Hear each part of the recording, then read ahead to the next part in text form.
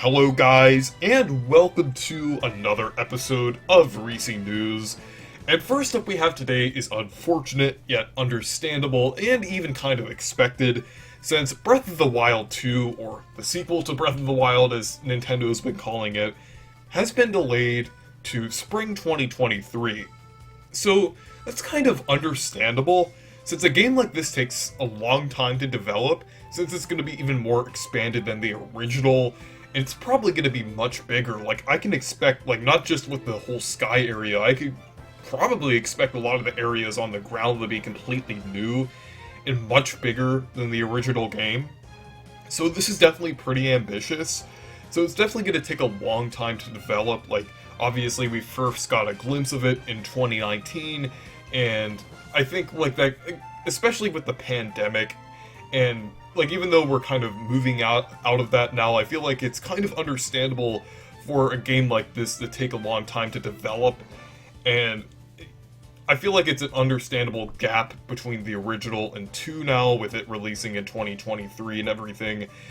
And we also got to see a bit of new footage there too, which is pretty interesting. Like, we saw like a broken kind of weird Master Sword there, which was pretty interesting, and I've seen a lot about that on Twitter. And just overall, I feel like it's a good thing that they're delaying this game. I really hope Nintendo delays more games that should be delayed in the future, because I feel like some games like Switch Sports are lacking content at release, and they're kind of adding in significant content later, which is unfortunate. And I mean, it doesn't make the game bad, it just makes it pretty disappointing that they're leaving out content that should have been in the game. And I definitely... a Zelda game wouldn't have this problem. I'm just saying, like, for Nintendo games in general, should delay games and release games at the right time more.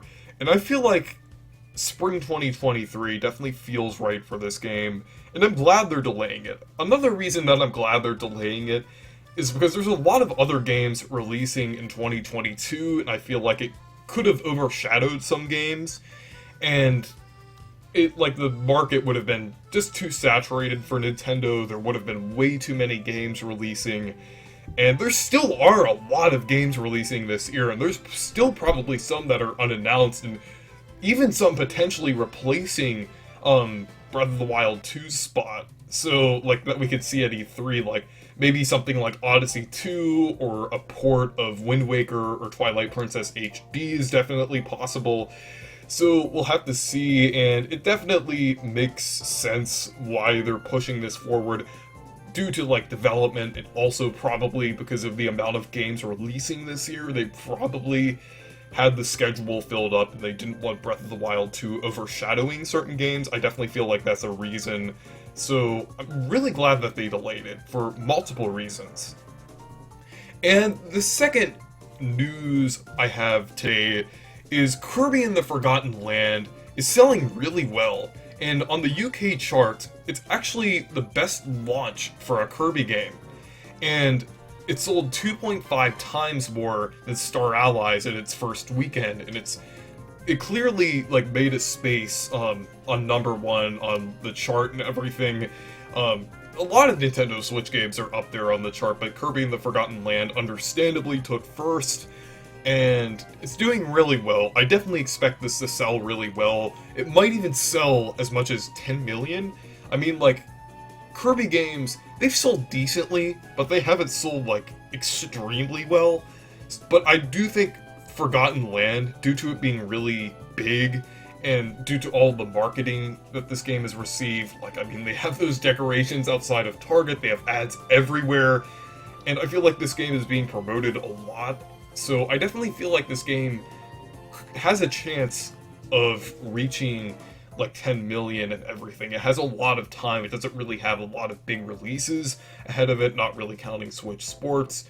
So I feel like this game could definitely sell really well. I'm not sure how much. Like, I was saying before, like, I hope it's probably around 10 million, which will be more than any other Kirby game, but that's kind of my prediction for this. It definitely seems like it's on track for being the best-selling Kirby game, so I feel like that could definitely helped the future of the series, since Forgotten Land really pushed the Kirby series in a good direction. Like, I'm gonna release a review about it in a few days, but just overall, it does a lot for the Kirby series, and it's a really fun and enjoyable game, so I definitely feel like the series could definitely go in the direction of this game, and it's really exciting to see that it's selling well, since it's a really good game, and yeah, it's definitely selling a lot more than Star Allies, so we could definitely see more 3D Kirby games and more ambitious Kirby games in the future. So anyways, thank you guys for watching this video. Make sure to leave a like and subscribe for more, and make sure to check out my Discord server and Twitter if you want to. Goodbye.